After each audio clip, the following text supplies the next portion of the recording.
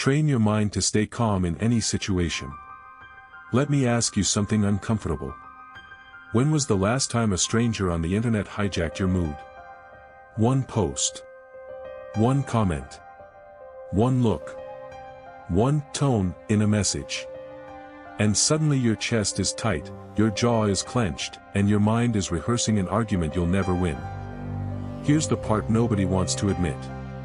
Most people aren't living their lives. They're reacting to a script that other people wrote. And the world loves reactive people, because reactive people are easy to steer.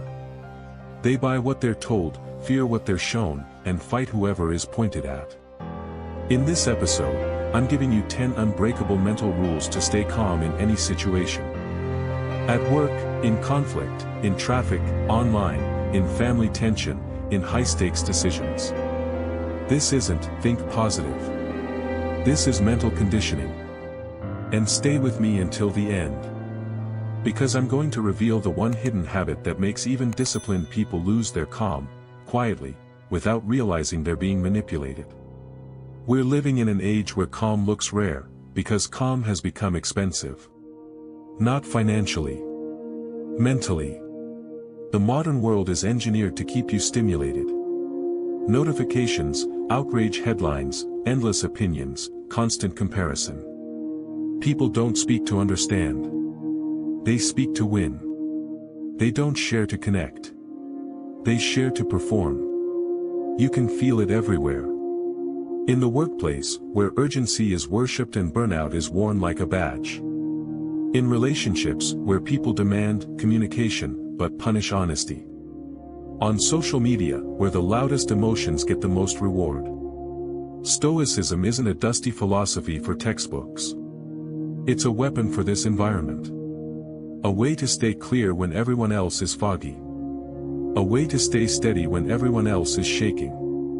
And yes, we'll also use a darker kind of realism, the kind Machiavelli was famous for. Not because we want to become cruel. But because pretending people are always sincere is how you get played. Most people won't tell you what they want. They'll disguise it as concern, jokes, feedback, questions, advice. If you take the mask as the truth, you'll react to the wrong thing. And your calm will always be temporary. So here's the promise. By the end of this video, you'll have a simple structure you can run in your head. A mental operating system. So you can stay calm, keep your dignity, and make decisions that protect your future. Let's begin. Rule 1, separate feeling from reacting. You are allowed to feel, and still refuse to perform. Most people think calm means you don't feel anger, anxiety, or hurt. That's not calm. That's numbness. Real calm is something else. It's the ability to experience emotion. Without letting emotion drive the steering wheel. A feeling is a signal. A reaction is a decision. That difference sounds small. But it's the difference between a person who gets controlled and a person who stays in command. Think about how conflict usually goes. Someone says something sharp. Your body reacts before your mind does. Heart rate up, heat rising, shoulders tight, thoughts racing. And in that moment, your brain wants relief, fast. So it reaches for the easiest relief. A comeback, an insult, an accusation, a long explanation, a defensive speech. That's not strength. That's a nervous system looking for an exit. I've seen this in real life more times than I can count. A man in his late 30s, smart, hardworking, gets a cold message from his boss. Need to talk. Come by at 3. No context. No warmth. Instantly, he spirals. He can't focus. He starts imagining being fired, being judged, being replaced. By noon, he's not working, he's suffering. Not because anything happened, but because his mind wrote a story and treated it like evidence. Stoicism begins with a brutal kind of honesty. The first impression is not the truth. It's just the first impression. Epictetus said we are not disturbed by things, but by our judgments about things. That means your first job is not to erase emotion. Your first job is to witness it. Here's the practice. When emotion hits, say out loud if you can, quietly if you can't, I feel it. That's it. Name it: anger, fear, shame, disappointment. Then add, and I'm not moving yet. One breath. A pause. A gap between stimulus and response. That gap is where your authority lives. Practical application. If you're about to respond to a message while triggered, don't. Write the reply in notes. Walk away for 2 minutes. Come back and delete half. Then ask, does this protect my future, or satisfy my mood? Calm is expensive because it denies you the cheap pleasure of impulsive reaction. But it pays you back with power. Deeper drill for Rule 1. Try this 3-layer pause whenever you feel yourself heating up. Layer 1, notice the body. My chest is tight. Layer 2, label the emotion. This is anger. Layer 3, choose a principle. I will not react without thinking. You're not doing therapy. You're doing command and control. And if you do it consistently, you'll notice something almost strange. People will try harder to provoke you at first. Because they're used to easy access. Then, when they realize you don't spike on demand, they either respect you, or they leave. Both outcomes are peace. Transition. Once you can pause, the next skill is reading the room, because calm isn't only internal. It's also social intelligence. Rule 2, identify the real threat. Most stress is social. And most social stress is manufactured. Let me say something that will save you years. A lot of what people do isn't about the issue. It's about status. The modern world is a theater of polite aggression. People smile while competing. They compliment while comparing. They check in while collecting information. They ask questions they already have opinions about. This is where Machiavellian realism helps, because it forces you to see the true motive. Not the stated motive. The true motive. Here's the rule. Before you react, identify the real threat. Ask yourself, is this situation actually dangerous, or is it just uncomfortable? Is it a real problem, or is it just a social game? Is this person seeking truth, or seeking control? Because if you misread the moment, you'll fight shadows. And fighting shadows makes you look unstable. Real-life example. A coworker says, "Wow, you're really quiet today." If you take it literally, you might over-explain. "Yeah, I didn't sleep, I'm just tired, sorry." Now you've handed them your internal state. Now you've lowered your status without realizing it. But if you read the social layer, you see it. They're testing your confidence. They're seeing if you'll shrink. So you respond calmly. Just focused. And you move on. Short. Clean. No performance. That is what calm looks like in a world that tries to bait you into explaining your existence. Machiavelli wrote about appearances because he understood a timeless reality. People don't only judge what you do. They judge what your behavior signals. When you stay calm, you signal. I'm not easily moved. I'm not desperate for approval. I'm watching, not panicking. And that alone reduces the attacks. Not always. But often. Deeper drill for Rule 2. In any conversation, listen for these 3 signs that it's a power game. 1. They interrupt, then act like you're the problem for wanting to finish. 2. They use concern language while pushing you into a corner. I'm just worried about you. 3. They ask questions that are actually accusations. Why are you so sensitive? When you hear these, your goal is not to win the debate. Your goal is to keep your composure and control the frame. A frame is simply what this interaction is about. If you accept their frame, you're on defense. If you set the frame, you stay calm. Example phrases that reset the frame. I'm happy to discuss this when we're both respectful. Let's stay on the topic. I'm not available for that kind of conversation. Notice the tone, calm, not angry. You're not punishing them. You're instructing the room. Transition. Now, even when you can read the game, you still need to master the chemical surge in your body. That's why Rule 3 matters. Rule 3, the 90-second storm. If you stop feeding the emotion, it can't stay alive. Your body has limits. An emotion is chemistry.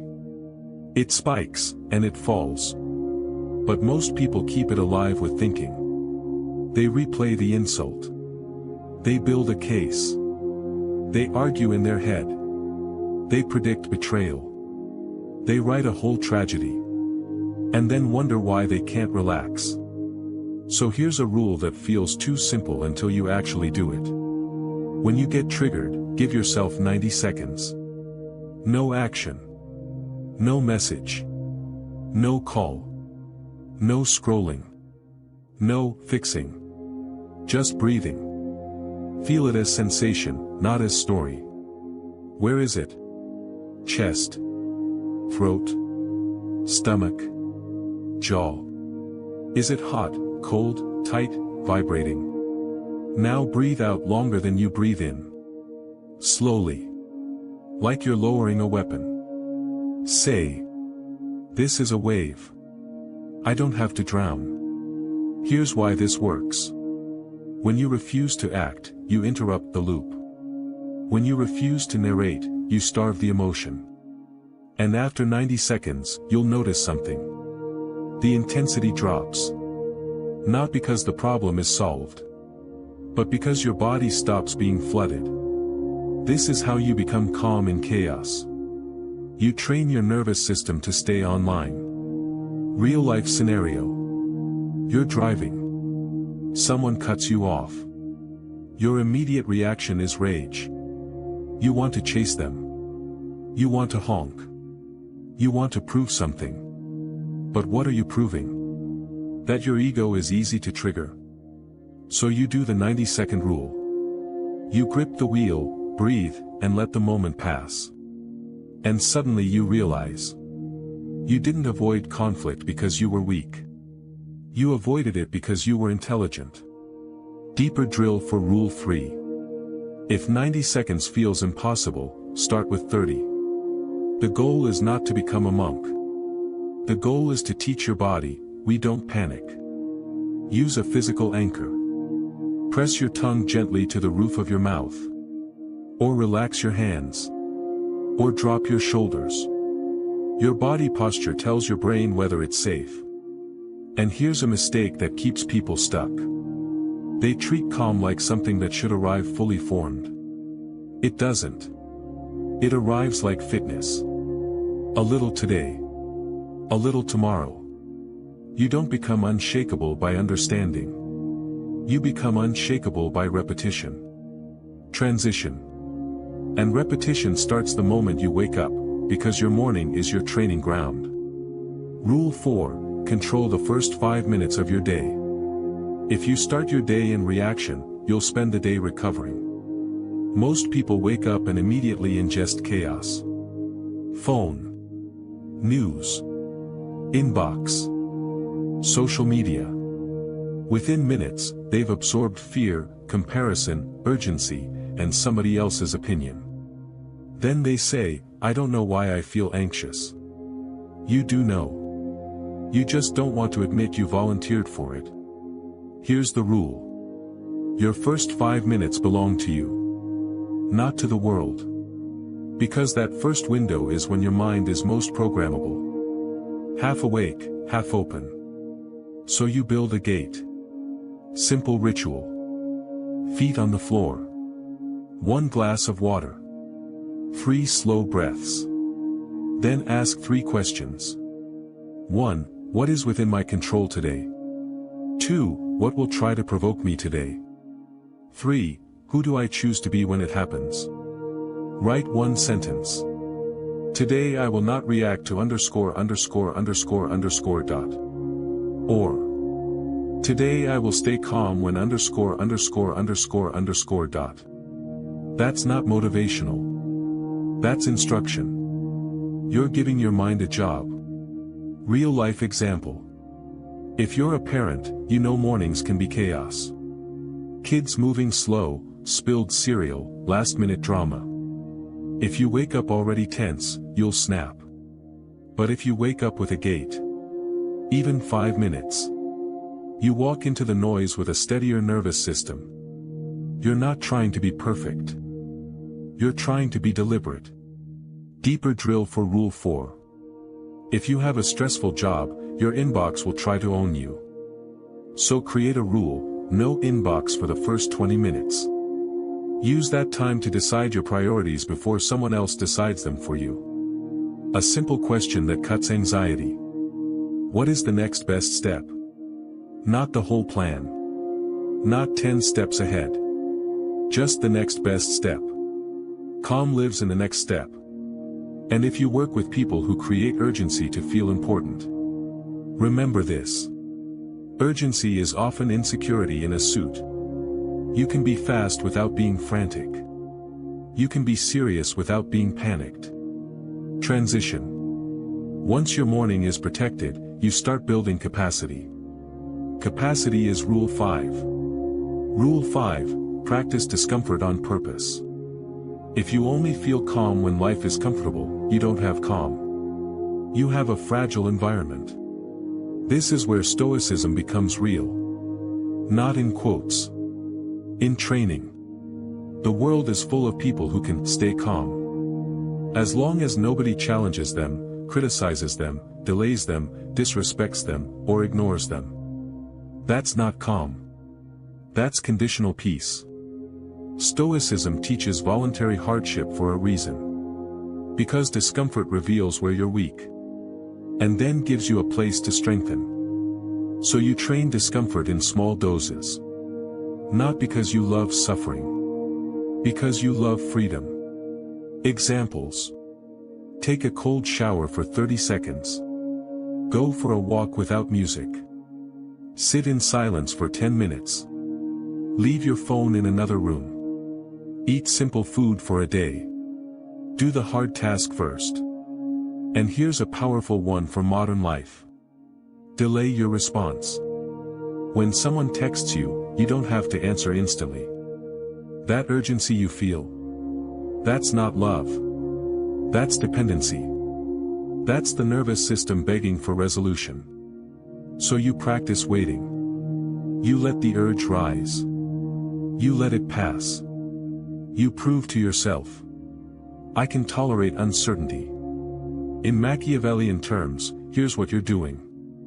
You're removing your leash. Because the moment someone realizes you need their approval, their reply, their validation, they can pull you around with silence. When you don't need, you don't get dragged. And when you don't get dragged, you stay calm. Deeper drill for Rule 5. There's a reason discomfort training works. It teaches you that you can feel bad, and still behave well. That's the heart of calm. Try this micro-challenge. Choose one small discomfort every day for 7 days. Day 1, go for a 10-minute walk without your phone. Day 2, take the cold water for 20 seconds. Day 3, sit in silence for 5 minutes. Day 4, do the hardest task first. Day 5, say no once without over-explaining. Day 6, leave one message unanswered for an hour. Day 7, spend 1 hour without any screen. You're training your identity. I am a person who can tolerate discomfort. That identity is armor. Transition. And the next armor is psychological, because relationships are where calm gets tested the hardest. Rule 6, stop chasing closure. If your peace depends on someone else's explanation, your peace isn't yours. This rule will change how you handle relationships. Most people stay emotionally stuck because they want a clean ending. They want a confession. They want an apology. They want clarity. But here's the reality. People rarely give closure honestly. They give closure strategically. They downplay. They reframe. They justify. They blame. They disappear. Not always because they're evil. Because protecting their image is easier than owning the truth. So if you chase closure, you're chasing a moving target. And while you chase, your nervous system stays activated. Stoicism teaches acceptance. Machiavellian realism teaches observation. Combine them. You stop begging for meaning. You start collecting data. Behavior is the truth. If someone is inconsistent, that's information. If someone disrespects your boundaries, that's information. If someone only shows up when it benefits them, that's information. So you decide. I have my answer. You create closure by choosing your conclusion. And you move forward. This is not bitterness. This is maturity. Real-life scenario. A friend stops replying. You keep reaching out. You feel anxious. You tell yourself, maybe they're busy. Maybe. But the truth is, people make time for what they value. So instead of spiraling, you decide. If they want connection, they'll show it. And you stop chasing. That decision calms you. Because it returns control to you. Deeper drill for Rule 6. Closure chasing is usually a disguised form of bargaining. If I understand why, it won't hurt. But pain doesn't always obey logic. And other people's motives are not always accessible. So you replace closure chasing with a principle. I will only negotiate with reality. Reality is what happened. Reality is what they did. Reality is what they chose. If someone lies, reality is, they lied. If someone disappears, reality is, they disappeared. If someone repeatedly crosses your boundary, reality is, they don't respect it. Your calm increases when you stop debating reality. You accept it and adjust. Transition. Now, acceptance doesn't mean surrender. It means you choose the meaning that keeps you standing. Rule 7.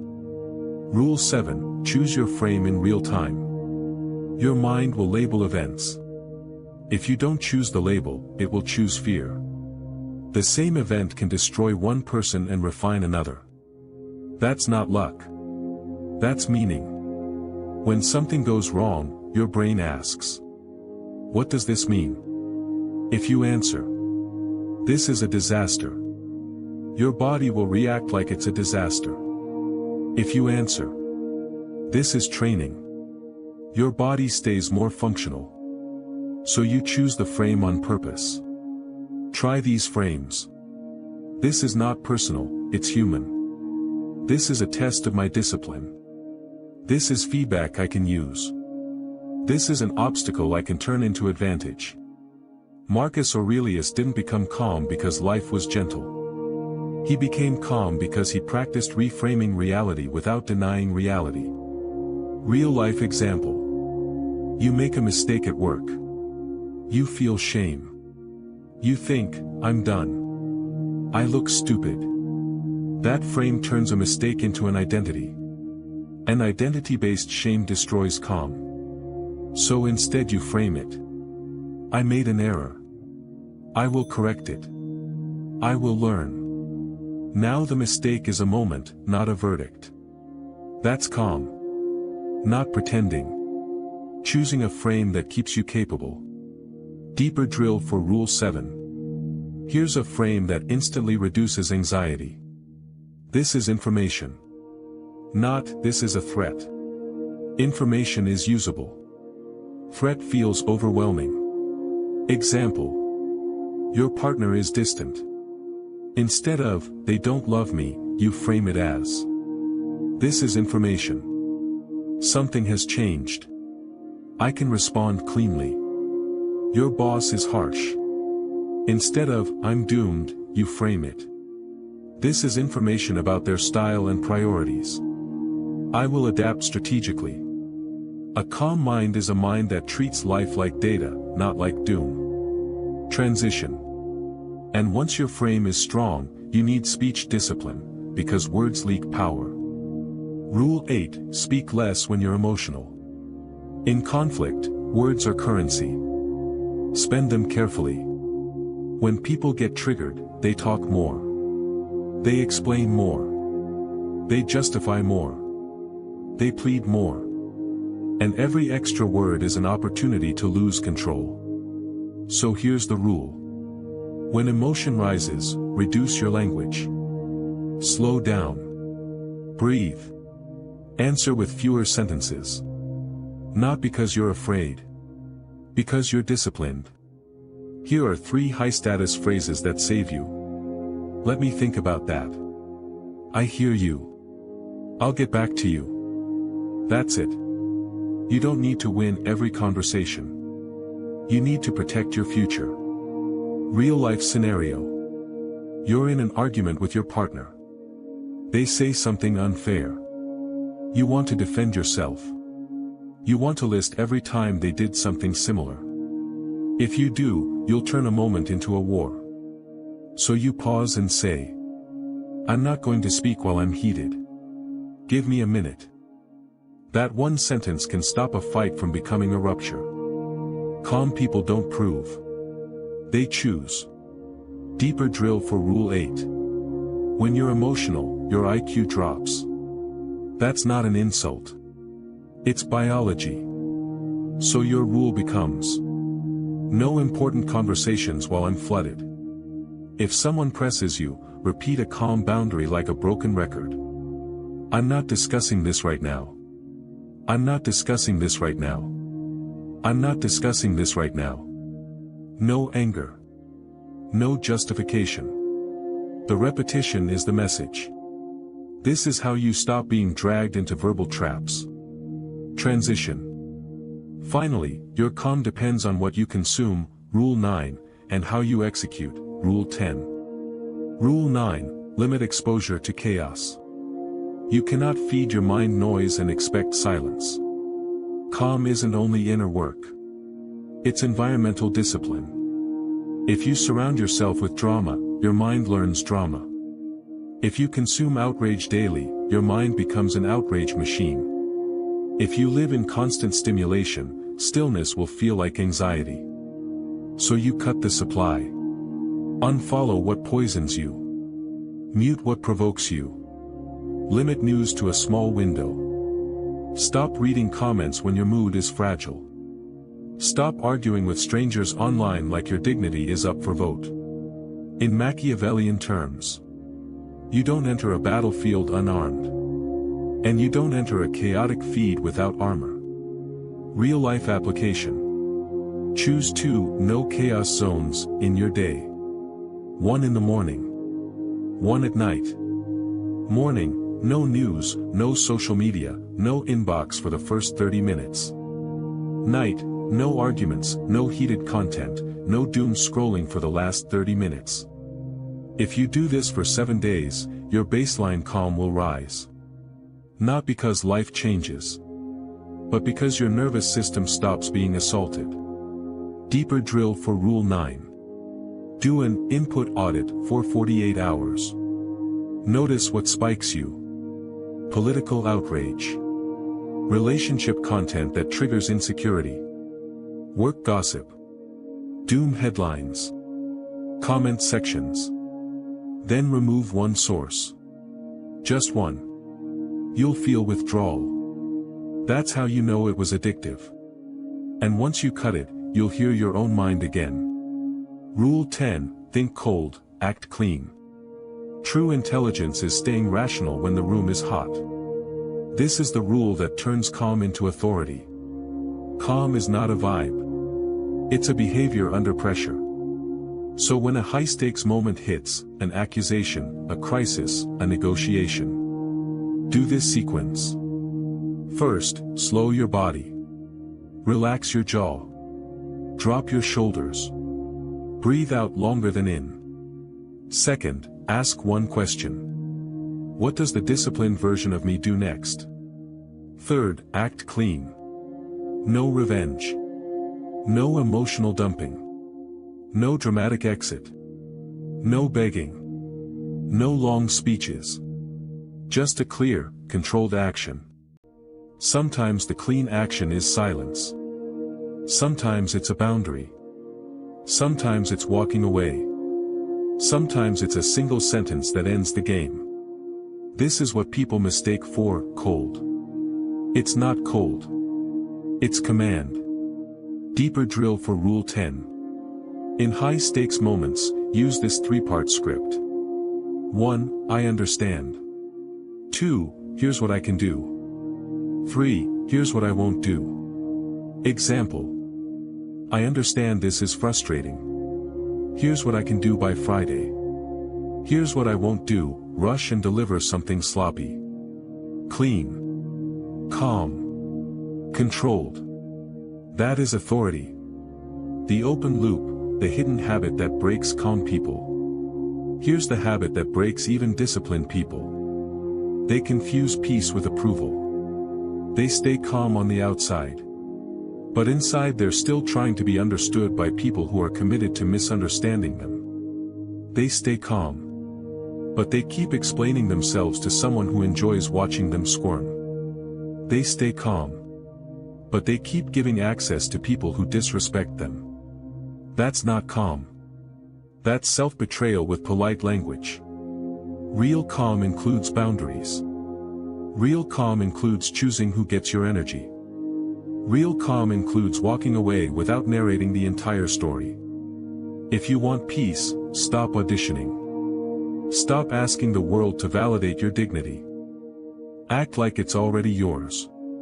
Recap, lock it in. Let's compress this into a mental checklist you can carry anywhere. 1. Separate feeling from reacting. 2. Identify the real threat, often its status, not truth. 3. Use the 90-second storm, stop feeding the emotion. 4. Control the first 5 minutes, build a gate for your mind.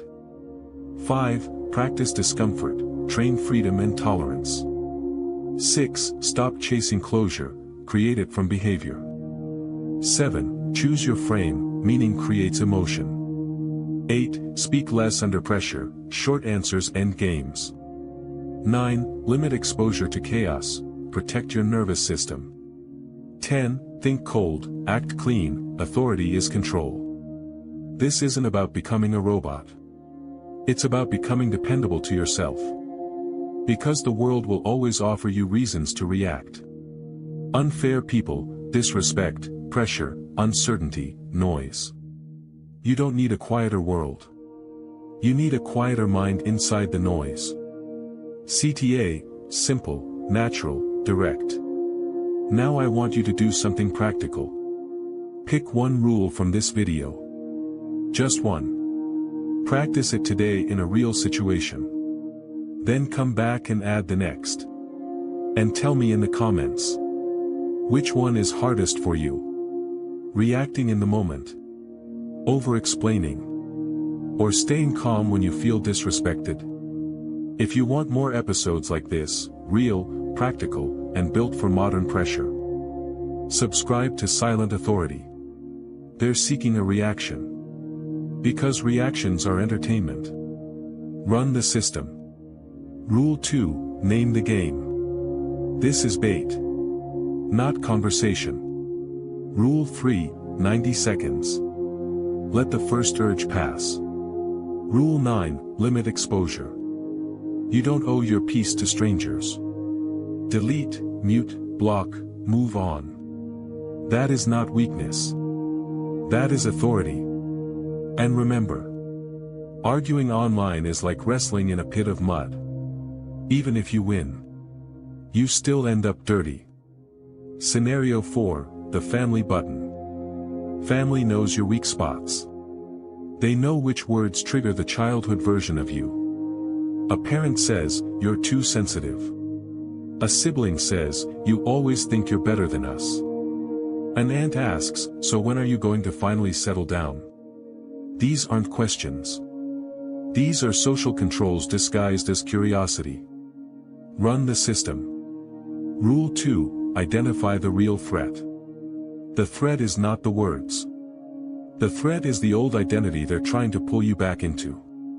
Rule 8, speak less. Smile. Short answer. Not sure yet. Or, I'm working on it. Then change the subject. If you explain, they debate. If you stay calm, they lose the handle. Rule 6, stop chasing closure. You're not going to get a clean apology from family dynamics that have been running for decades. So you create closure by changing access, changing distance, changing boundaries. Scenario 5, the crisis moment. A real problem happens. A bill you didn't expect.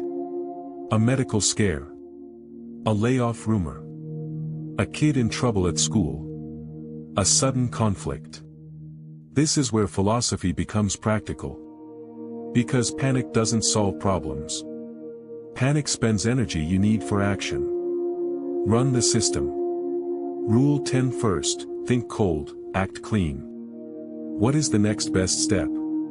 Call. Schedule. Budget. Document. Plan. One step at a time. Rule 7, choose a frame. This is hard, and it is solvable. Not. My life is falling apart. Rule 4, protect your morning if the crisis lasts days. When life is unstable, routines become anchors. This is how you stay calm in real chaos. Not by pretending it's fine, but by staying functional. A quiet practice, 5 minutes a day. If you want these rules to become automatic, do this once a day. Minute 1, breathe slowly, exhale longer than inhale. Minute 2, scan your body, release jaw and shoulders. Minute 3, replay a recent trigger, but imagine responding with Rule 8, fewer words. Minute 4, choose one boundary you will keep this week. Minute 5, write one sentence. Today, I will not react to ______. This is how you build calm like muscle. Final reminder. The world will keep trying to recruit you into emotional chaos. Not always maliciously. Sometimes just because people are drowning and want company. But your mind is not a public space. It's a private kingdom. Guard it. Train it. And when pressure arrives, let your calm be the message. If you've made it this far, you're already different. Most people can't sit with this kind of truth without looking for a distraction. You did. That's discipline. Now choose one rule. Practice it today. And tell me what changed. Common traps that destroy calm, and how to escape. Trap 1, confusing calm with being nice. Nice people avoid tension, then explode. Calm people handle tension early, cleanly, and without drama. If you keep saying, it's fine, when it's not fine, your body stores that stress. Then one day you snap at the wrong person for the wrong reason. And everyone says, where did that come from? It came from weeks of pretending. Calm doesn't mean silence forever. It means choosing the right time and the right tone. A calm boundary sounds like, I'm not comfortable with that. I'm not available for this pattern. I can't commit to that. Short. Honest. Clean. Trap 2, letting other people set your tempo. People will rush you because rushed people are easier to control. A rushed person agrees quickly. Apologizes quickly. Explains quickly. Hands over information quickly. So make slow part of your identity. Slow breathing. Slow speech. Slow decisions. Even if you move fast in action, you move slow in emotion. A phrase that protects you. I'm not making that decision today. Say it calmly. Repeat it. Watch how the pressure changes. If they respect you, they'll accept it. If they get angry, You just learned they wanted control, not collaboration. Trap 3, living in a constant courtroom. Some people live like they're on trial. Always proving they're good enough. Always defending their intentions. Always clarifying what they really meant. That's exhausting. And it's a symptom of wanting approval. Machiavellian realism again. Some people don't misunderstand you by accident. They misunderstand you because it gives them leverage. So you stop arguing with their interpretation. You stop trying to fix the story in their head. You return to behavior. Here is what I said. Here is what I can do. Here is what I won't do. Trap 4, thinking you need to win every moment. Winning the moment is often losing the relationship, losing the job, losing your reputation, losing your peace. Calm people play the long game. Ask yourself, what do I want my life to look like in 6 months? Then act in a way that protects that version of you. The surreal society lens, Machiavellian clarity without becoming bitter. Let's talk about the part no one wants to say out loud. Modern society is strange. People praise honesty, then punish it. They demand vulnerability, then use it against you. They talk about mental health, then mock calm as cold. They say, be yourself, then reject you for being yourself. So you learn two truths at once. 1. Many people are not malicious, they're afraid, insecure, and coping. 2. Many systems reward performance over reality. Your job isn't to hate people for that. Your job is to stop being naive about it. Calm is what happens when you stop expecting the world to be fair. And you start expecting yourself to be disciplined. You can still be kind. But you become selective. You become careful with information. You become careful with access. You become careful with who gets to see your soft side. That's not paranoia. That's wisdom. And if you hear this and feel a little resistance, good. That resistance is the old you wanting to keep believing in a simple world. But the world isn't simple. And your calm depends on seeing that clearly. One last open-loop payoff, the approval addiction test. If you want to know whether you're confusing calm with approval, ask yourself this. When someone disrespects you, do you feel a compulsion to explain your value? If yes, that's not just emotion. That's a pattern. And patterns can be trained out. Try this instead. When you feel the urge to prove, replace it with a boundary. Replace it with silence. Replace it with distance. Replace it with action. Because the strongest message is not what you say. It's what you tolerate, and what you stop tolerating. That's calm. That's authority. A short story to close, why calm changes everything. I want to leave you with something practical, because this isn't theory. Picture this. Two people are in the same situation. Same job pressure. Same bills. Same relationship tension. One is constantly reactive. The other is calm.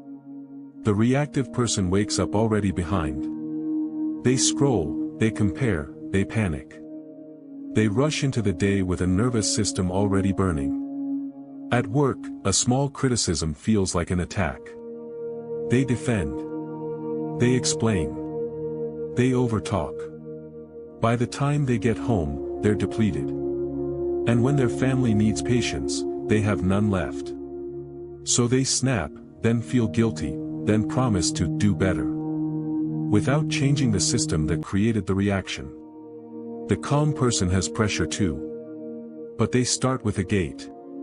They take 5 minutes to decide who they will be. They don't confuse emotion with instruction. They don't chase closure.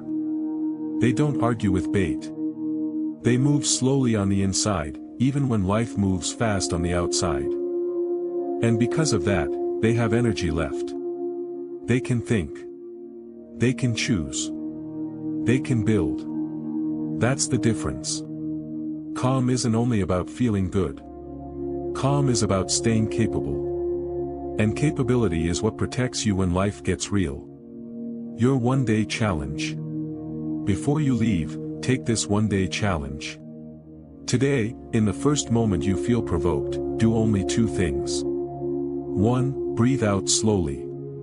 2. Use fewer words than you normally would. That's it. No need to be perfect. Just interrupt the pattern once. Then notice what happens. Your body settles faster. Your mind clears sooner. And the other person, who expected a reaction, has nothing to grab. That is how you begin. I'll see you in the next episode. Bonus, 3, in the moment, scripts, use them word for word. 1. When someone tries to rush you. I understand. I'm going to take a moment and come back with a clear answer. Then stop talking. 2. When someone is disrespectful but you must stay professional. I'm open to feedback. I'm not open to disrespect. Let's keep it productive. Calm tone. Direct eye contact. No extra explanation. 3. When you're tempted to over-explain. I don't need to justify this. My decision is made. You can say it softly. The power is in the finality. And remember, these scripts only work if your body is calm. So pair them with the breath first. Exhale long. Relax your jaw. Then speak. Because when you speak from a regulated body, your words land differently. They sound heavier.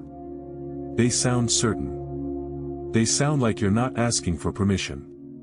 That's what silent authority really is. Not aggression. But composure with boundaries. Now go apply one rule today. Let it be imperfect. Let it be real. That's how discipline is built. One more thing, for the person who says, this won't work for me. If you're thinking, my life is too intense for this, I get it.